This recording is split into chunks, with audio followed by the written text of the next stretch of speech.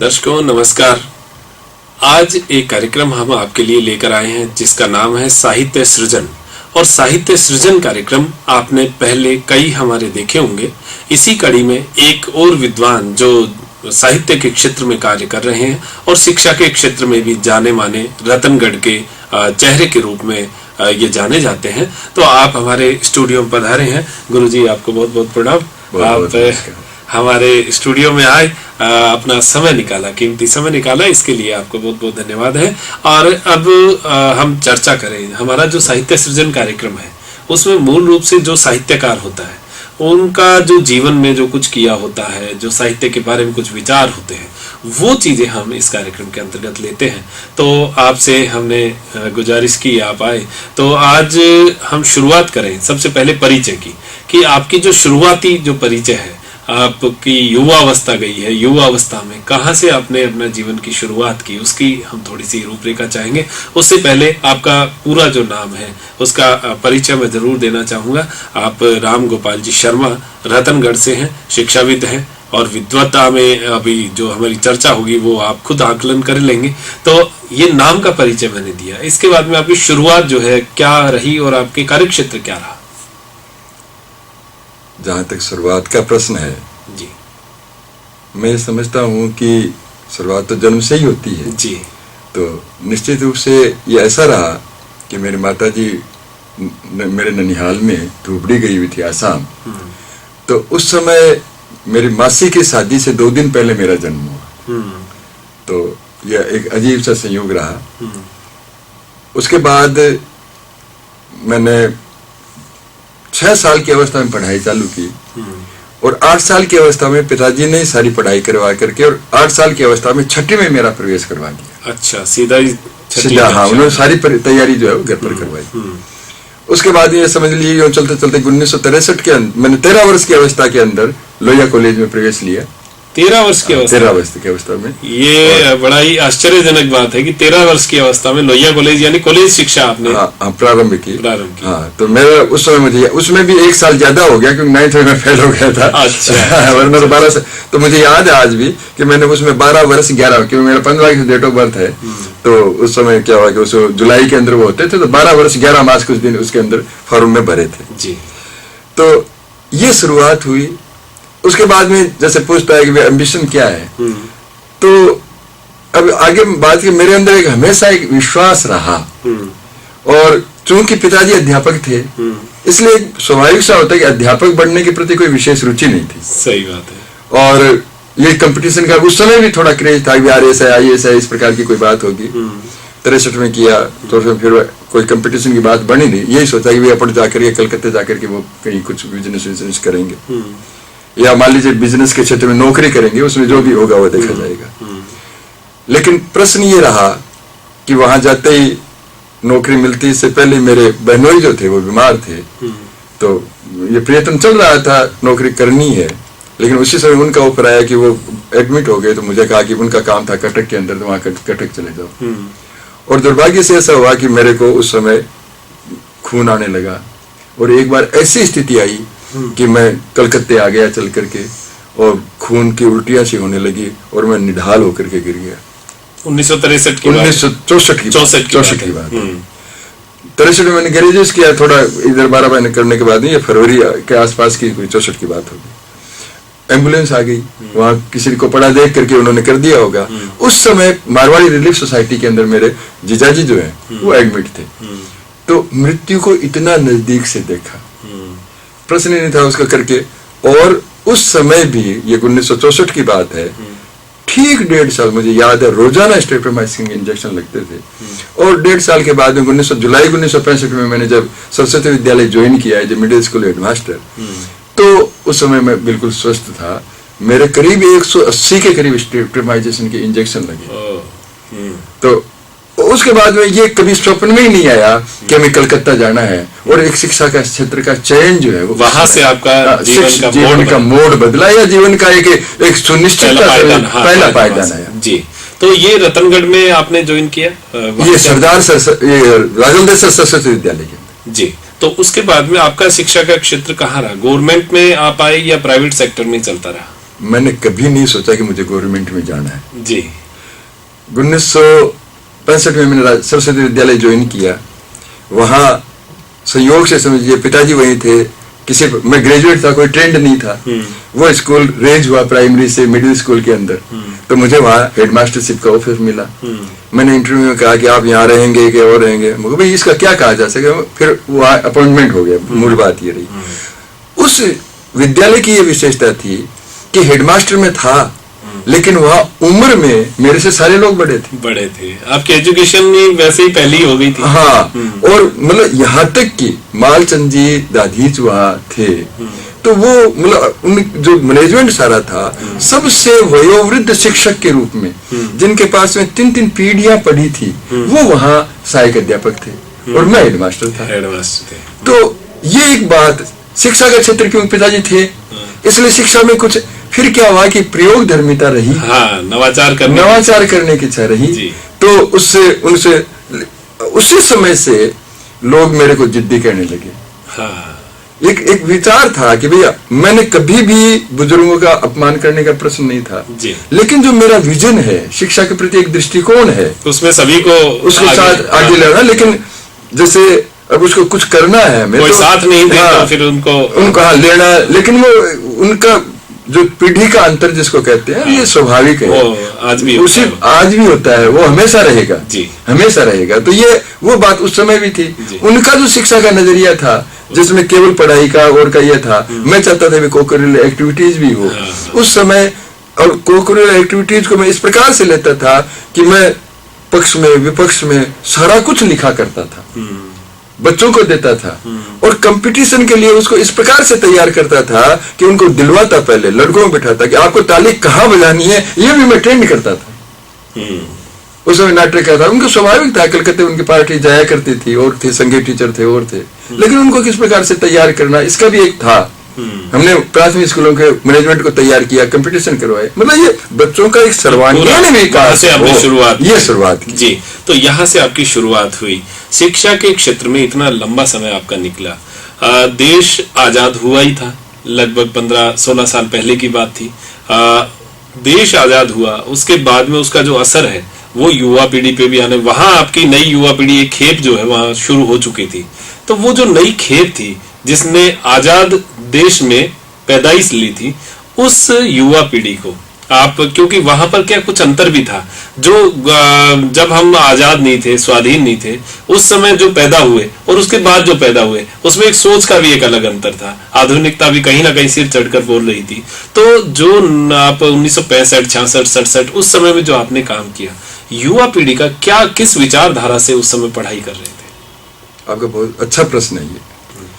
जहां तक आजादी के को एक चखने की बात है, वो मेरे पिताजी ने चखी। मैं 1945 में आजादी को मैंने चखा ऐसा नहीं कह सकता। आजादी के अंदर उस समय महात्मा गांधी का प्रभाव था, और पिताजी ने ऋषिकुल में शिक्षा प्राप्त की, लेकिन उनके ऊपर प्रभाव गांधी जी का था। मतलब ऋषिकुल की शिक्षा बहुत अच्छी है, सारा कुछ हम कह सकते हैं, लेकिन उनके ऊपर जो प्रभाव हुआ वो आधुनिकता का हुआ जी। और मतलब कि ऐसा है कि उसको कैसे भी समझिए, उसके एक उस शिक्षा की उनके ऊपर एक प्रतिक्रिया थी। जो ये एक रूटीन का जीवन था, जो रूटीन का और था, उसकी अपेक्षा कुछ नया हो, और यहाँ तक कि ये छुआछूत है या और है, इसके प्रति उनका कोई विश्वास नहीं। जो रूढ़िवादी था वो बिल्कुल उससे दूर थे, और उससे अलग हट करके भगवान के बारे में भी, हालांकि हमारा पुजारी परिवार है, लेकिन उसके उन्होंने अपने आप से शिक्षा ली जो भी है, लेकिन उसका वो उनके साहित्य में प्राथमिक जो साहित्य था उनका, उसमें झलकती भी है। तो यहाँ जहाँ आपने साहित्य की बात की, तो क्या वो भी साहित्य लिखते थे? हाँ, बिल्कुल लिखते थे, और उनके साहित्य में एक बड़ा अंतर दिखाई देता है। ये जो बात है, देखिए जीवन में किस प्रकार से एक परिवार का और का अंतर आता है। मेरे मामा जी थे, तो उनका और नाना जी का नहीं बैठा, तो उनको उन्होंने देश निकलवा थे। रामनिवास जी बड़े अच्छे साहित्यकार थे, बड़े अच्छे विद्वान थे, लेकिन परिवार से तालमेल नहीं बैठने के कारण से उनका, गायत्री देवी के बारे में मैंने स्वयं देखा, गायत्री देवी के साथ उनकी फोटोज थी, वो लाइब्रेरियन थे गंगा, लेकिन मेरे नाना जी ने उनको देश निकलवा दी, बीकानेर से निकलवा दिया, और फिर जयपुर के अंदर चले गए वो। तो पिताजी के लिए भी यही कहा करते, वो तो रामनिवास की गद्दी बैठा हुआ है, अच्छा, उनके लिए भी वो साहित्य जो है वो साहित्य समझ लीजिए, या उस समय की जो क्रांति धर्मिता जो समझ लीजिए, जो मतलब एक नया विचार था समझ लीजिए, जो आजादी की एक करवट थी उसको समझ लीजिए, कुछ भी उसको नाम दीजिए, लेकिन उसके प्रति एक गांधी जी का विचार समझ लीजिए, उसके प्रति उनका एक था। अब हम वहां से बात करें, गांधी जी का विचार पिताजी के अंदर था। अब आप पर हम आते हैं कि उनका जो साहित्य का जो क्षेत्र था वो आपके अंदर कहाँ से बीजारोपण हुआ, उस विषय का कहाँ से बीजारोपण हुआ? प्रत्येक व्यक्ति के अंदर संस्कारों का बीजारोपण माता पिता से ही होता है, परिवार से ही होता है जी। उसके अंदर जीन्स जितना काम करते हैं उसकी अपेक्षा ज्यादा, कहीं ज्यादा वातावरण का काम करता है। जिस प्रकार से वो जीवन जी रहे हैं, जिस प्रकार से उसका वो पालन करते हैं, मैंने पूरा प्रभाव आता है, वो आता है। लेकिन उसमें से भी एक्सेप्ट करके और उसको अपने जीवन में उतारना, ये एक सेकेंडरी बात है। तो आपने इसको जीवन में उतारा, इसमें आपको कितना फायदा मिला उन वाली बातों का?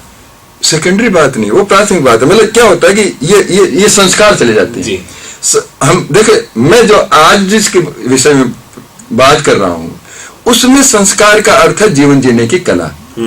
लेकिन जब मैंने शिक्षा प्राप्त की थी उस समय संस्कार का अर्थ मुझे यह लगता था कि अर्ध चेतन मन के अंदर जो चीजें चली गई है। मैंने मॉन्टेसरी शिक्षा प्राप्त की, मैंने बीएड किया, मैंने एमएड किया, और ये सारे प्रयोग भी मैं शिक्षा के क्षेत्र में करता रहा। तो मॉन्टेसरी ने जो बातें कही है वो हमारे वेदों की सी बातें हैं। उसके अंदर अर्ध चेतन मन की जो बात है वो वेद नहीं करता, लेकिन निचले स्तर के ऊपर जो बातें हैं, मतलब चेतन मन बहुत एक मन का हल्का स्तर है, उससे बहुत गहराई के अंदर। और इसको हम कैसे अभिव्यक्त करें, यहाँ तक कि मन की अतुल गहराइयों में स्पेसी जब से ये मान लीजिए मानव का नहीं, जीवन का अस्तित्व आया है, अस्तित्व का कोई भी एक, मान लीजिए उसको ब्रह्म कह लीजिए, कोई भी उसको कण कह लीजिए, जो कुछ भी उसको जो आज के भाषा में जो प्रयोग हो रहे हैं उसको हिगिन्स बोसोन कह लीजिए, जो भी जीवन का आया वो उसका अनुभव भी प्रत्येक व्यक्ति के भीतर है। ये अतुल गहराइयों की बात, ये जो आप बात कर रहे हैं इसको एक उदाहरण के रूप में हम यहाँ ले सकते हैं कि जैसे आइसबर्ग होता है, पानी के अंदर 1/9 भाग बाहर रहता है, बाकी सारा पानी के अंदर रहता है। तो वैसा ही अचेतन मन जो है बाहर थोड़ा सा उभरा हुआ हिस्सा हमें जो है वो दिखता है। अब यहाँ पर बात करें कि वो सारी बातें होकर आप अपने व्यक्तिगत जीवन में आए, व्यक्तिगत जीवन के बाद में साहित्य की शुरुआत की। सबसे पहली शुरुआत आपकी किस कृति से हुई? कोई कृति आपको ध्यान हो तो आप बताएं। एक दिन अचानक ही ऐसा लगा कुछ लिखा जाना चाहिए। मैं समझ नहीं पा रहा था ये क्या भाव है। आया तो वो पहली कविता जो है वो देश के बारे में आई, भारत माता कैसी होनी चाहिए उसका ये मुकुट सा, वो आज भी मेरे पास है नहीं। क्यों हुआ कि क्या पता क्या बात हुई, साहित्य को मैं कर्म से अलग एक कल्पना लगती थी मेरे को, और मैं कभी कल्पना में जीना नहीं चाहता था। मैं तो कर्म में, ये कैसा था मुझे मालूम नहीं। अच्छा, उस समय लिखा गया, उस समय की जो भी लिखा गया वो आज मेरे पास में कुछ कम होगा ज्यादा होगा नहीं था। जब मैंने 1983 में ज्वाइन किया उस समय भी मेरी साहित्य सृजन की, क्योंकि कल्पना में जीने की मेरी नहीं थी। उस समय मेरे को, चाहे वो पारिवारिक संस्कार ही रहे होंगे और निश्चित रूप से हैं, तो उस समय उस समय भी जब मैंने as a middle school headmaster join किया, उस समय मेरे मन ये था कि कभी भी मेरे पर यह हेडमास्टरी हावी नहीं होनी चाहिए। राम गोपाल हमेशा राम गोपाल बना रहे, राम गोपाल की पहचान राम गोपाल से हो, ये बात मेरे समय, जिस समय मैंने प्रथमतः ज्वाइन किया उस समय बात थी। तो आपने वहां से पहली कृति क्या आपने लिखी? वो लिखा, वो कुछ ज्यादा ध्यान नहीं है, मतलब वो थोड़ा बहुत कहीं कोई ध्यान, मतलब वो एक चित्रण था देश की, भारत माता का, जिसका किरीट हिमालय है, पूरा चित्रण था। उसके बाद में हम अब वहां से शुरुआत और आज तक के इतिहास में अगर बात करें तो बीच में ऐसा क्या साहित्य आपने लिखा जो आज आपको पूरा याद है? ऐसा कोई साहित्य जिसमें से कुछ अंश आप यहाँ बता सकें, चाहे वो गद्य हो चाहे पद्य हो। देखिए, याद की जहां तक प्रश्न है ना जी, एक दो कोई मुक्तक में हाँ, मुक्तक बस हल्का सा। मैंने कब चाहा है अमृत प्याले को पी जाना, मैंने कब चाहा है दुनिया की सुख सुविधाएं पा जाना, मैंने संघर्ष किया, मैंने चाहा है इस दुनिया में मेरे लोग भ्राता मेरे अपनों का चुपके से आगे बढ़ जाना। बहुत अच्छा। मैं इसको दो सुना दूं। मैं आगे बढ़ जाऊं दुनिया की रीत यही है, तुम पीछे रह जाओ दुनिया का गीत यही है, पर मैं कैसे समझाऊं मेरे साथी, तुम आगे बढ़ जाओ मेरी तो जीत यही है। बहुत सुंदर। आपकी मैंने एक कृति, जो अभी आपने एक पुस्तक लिखी है, और उस पुस्तक में मैंने बहुत सी चीजें पढ़ी। आपने आधुनिक बहुत सी चीजें, निर्भया के बारे में, निर्भय के बारे में लिखा, आपने दामिनी के बारे में लिखा है, आपने सचिन तेंदुलकर के बारे में लिखा है, बहुत सी चीजें उसमें लिखी हैं। उसको भी मैंने पढ़ा, बड़ा अच्छा सा लगा। और वैरायटी, विचारों की वैरायटी जो है ना, वो हमें वहां पर दिखी, विविधता दिखी आपकी। तो इतनी बड़ी सोच जो है वो एक बड़ी उम्र और बड़े अनुभव के साथ आती है। आपने जीवन का बहुत बड़ा अनुभव लिया। आपका रिटायरमेंट कब हुआ और अभी वर्तमान में क्या एज है, हम वो और जानना चाहेंगे। आपकी एक्टिवनेस देख के हमें लगता है कि एज कम है, लेकिन शायद मुझे लगता है ज्यादा। नहीं, कोई ज्यादा नहीं है। 2003 में मेरा रिटायरमेंट हुआ, 58 वर्ष रिटायरमेंट हुआ मेरा। और आज 2000 मान लीजिए 14 है, तो 68 पूरा करके 69 के आसपास की, 69 मतलब 70 में लग रहे हैं। तो देखिए 70 साल की उम्र में आज आप कार्य कर रहे हैं, और आज भी एक्टिवनेस आपकी युवाओं के जैसी है। रतनगढ़ के आप प्रतिष्ठित व्यक्ति के रूप में जाने जाते हैं, रतनगढ़ में बहुत से कार्यक्रमों में आप देखे जाते हैं। तो आप वहां पर आज भी युवाओं को कुछ ना कुछ दे रहे हैं। अभी वर्तमान में अगर आप युवाओं की छवि की बात करें या उनको कुछ देने की बात करें, तो साहित्य के क्षेत्र में कहीं कोई ऐसी कोई कार्य आप कर रहे हैं जो युवाओं से जुड़ा हुआ हो कहीं? देखिए, मैं तो हमेशा अपने आप को युवा समझता हूँ जी। अच्छा, उसका कारण ये मेरी परिभाषा है कि जो भूतकाल की बात करता है वो बूढ़ा जी। मतलब हम कभी भी, ये इस पुस्तक में भी आपको मिलेगा, भूतकाल कोई मतलब नहीं। भूतकाल केवल एक स्मरण है। सारी समस्याओं की जड़ भूतकाल में जीना है। हम अगर उसको स्मरण करके, उससे प्रेरणा लेकर के वर्तमान में जीते हैं, हम समस्याओं का समाधान कर पाते हैं, हम प्रसन्न रह पाते हैं, हम तनाव मुक्त रह पाते हैं, और हम युवा। और हमने, अरे ये मेरे साथ ही क्यों हो गया, ऐसा क्यों हो गया, ये मेरे साथ ही ऐसा क्यों होता है, मैंने ऐसे किया, ऐसा था, ऐसा होना चाहिए था, और ऐसा होगा तो क्या होगा, ऐसा। ये ज्यादातर हमारे समय का, एनर्जी का वेस्टेज मैं कभी भी भूतकाल में जीता नहीं। जी। तो अभी वर्तमान की बात करें तो आपने एक सुख चाहिए या भोग, ये एक पुस्तक आपने लिखी। उस पुस्तक में बहुत से विषय आपने लिए, और ये शायद आपके हाथ में भी है। तो ये मैं मेरे दर्शकों को दिखाना चाहूंगा कि ये एक पुस्तक इन्होंने लिखी, सुख चाहिए या भोग। इस पुस्तक में बहुत से ऐसे विषय हैं जिन विषयों को पढ़कर बड़ा अच्छा लगता है। एक आम आदमी का विश्वास मत। अब आम जो शब्द है वो लोगों में बहुत प्रचलन में आया हुआ है। आम आदमी क्या है, कैसा है, क्या नहीं है, वो सारी चीजें इसमें कुछ विषय में ले लिया, अपने दृष्टिकोण से आपने लिया। भारत रत्न सचिन के बारे में आपने बात करी, निर्भय कुमार का यतित्व आपने इसमें लिया, दायित्व का सतित्व लिया, विश्व विजेता कप्तान धोनी लिया, कारगिल युद्ध लिया। बहुत से विषय जो है, जीने दो और जियो, ये एक विषय आपने इस पुस्तक में लिया। तो ये जीने दो और जियो क्या है ये आपसे जानेंगे, लेकिन इससे पहले एक विषय और आता है, पैर छुओ संस्कृति। ये एक मर्म है आज की संस्कृति का, सफलता का एक मर्म। पॉजिटिव भी कह सकते हैं और नेगेटिव भी कह सकते हैं। कहीं ना कहीं संस्कृति को लोग भुनाने लग गए, ये भी हो सकता है, और कहीं ना कहीं लोग इस बहाने आदर तो कर रहे हैं, ये भी हो सकता है। एक सिक्के के दो पहलू हैं। तो आपने इस विषय को आपने अपनी पुस्तक में कैसे लिया, क्या लिया, और क्या उसके बारे में आपने संदेश देना चाहा? अब तक अपना जो जीवन परिचय के संबंध में आया जी, तो मेरा विश्वास कर्म में रहा है जी। आजकल अधिकतर क्या हो रहा है कि कहने में और कथनी और करने में बहुत बड़ा अंतर आ रहा है, और यही मूल समस्या की जड़ है। मतलब इसका पूरा एक नागराज का दर्शन है। उसने ये कहा है कि अस्तित्व है, और अस्तित्व में आज हम सामान्य बात कहते हैं संघर्ष है। हमें संघर्ष, और मैंने भी कहा है संघर्ष कर रहा हूँ जब मैंने मुक्त काल से, लेकिन उसको मैंने इसमें बदल दिया है। मैंने उसको लिए कोई शब्द मेरे को याद नहीं, लेकिन कुछ अलग शब्द इसके अंदर लिख दिया है। मतलब संघर्ष है नहीं, वास्तव में सह अस्तित्व है। सह अस्तित्व। क्या चंद्रमा और सूर्य गड़बड़ हो रहे हैं कहीं? परमाणु के अंदर न्यूट्रॉन, प्रोटॉन कितने, मतलब अगर वो हट जाए, उनमें विस्फोट हो जाए, दुनिया वो है मतलब हाँ, कुछ बचेगा ही नहीं। तो उनका कितना बड़ा सह अस्तित्व है। सही बात है। मध्यस्थ अस्तित्व मध्यस्थ है, और यही मध्यस्थ दर्शन है। मतलब उसको, मतलब इसका मूल बात यह है कि मानव जो है वो शरीर और जीवन का संयुक्त स्वरूप है। जी। शरीर अलग है जो इंद्रियों से संचालित होता है, जिसकी रचना भौतिक और रासायनिक है, जो सामने दिखता है हमें, जो जिस सामने भी दिखता है, जो शरीर सामने दिखता है, और जिसके अंदर जो जीवन है, और जीवन को भी उन्होंने विकास के स्तर पर एक परमाणु माना है। उसका मध्यस्थ आत्मा है, उसके चारों तरफ मन, वृत्ति, चित्त और जो बुद्धि है, उसके जो जिस प्रकार से अंश परमाणु में इलेक्ट्रॉन न्यूट्रॉन्स के अंश जो है वो रोटेट होते हैं, उसी प्रकार से उसमें वो आते हैं, उनकी स्पष्ट क्रियाएं हैं, और उसके अंदर अक्षय शक्ति और बल है। हम जो जिसको प्रेरणा कहते हैं वो उस जीवन की बात है, और अनुभव जो है वो जीवन को होता है, शरीर को नहीं। शरीर को नहीं, सही बात है। तो अब इस पुस्तक में कोई ऐसा आप मुक्तक सुनाना चाहें, कोई श्लोक जो आपने कुछ लिखा हो अच्छा, तो वो आपकी नजर में जो मतलब समय की बात है। इसमें सबसे बड़ी बात तो जो मैं मतलब इसका पहला ही जो है वो शुभेच्छा बोल करके है। मैं कितना समय लगेगा इसको जल्दी थोड़ा सा दो केवल। शुभेच्छाएं सदा पूर्ण होती हैं, मेरी ये शुभेच्छा है।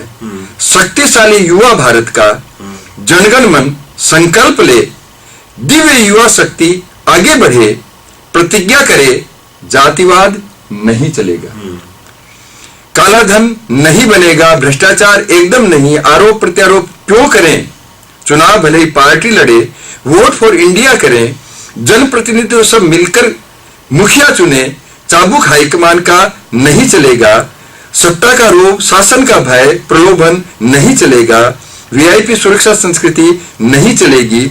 चलिए इसके बाद में मैं अंतिम इसका पढ़ देता हूं।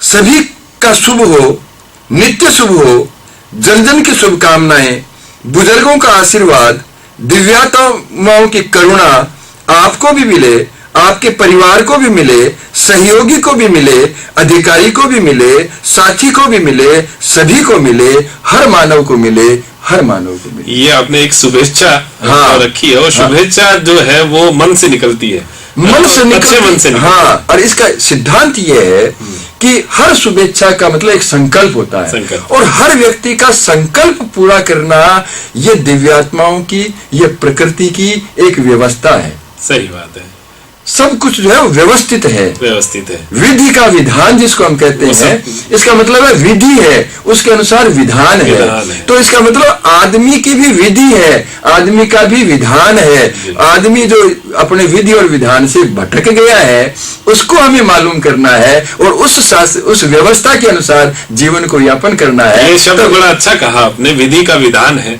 अब विधि का विधान हम एक पराशक्ति को मानते हैं, लेकिन विधि बनाना हमारा काम है और उस विधान की पालना करना भी हमारा काम है।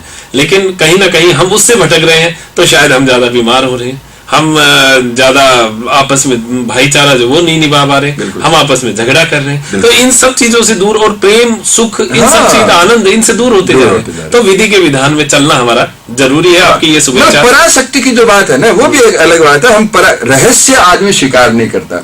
हमारे जो कुछ भी पराशक्ति मतलब हमने रहस्य की बात कर ली। अब इसको मतलब इसको परा का अलग से, ये सारा एक अलग बड़ा गंभीर विषय है।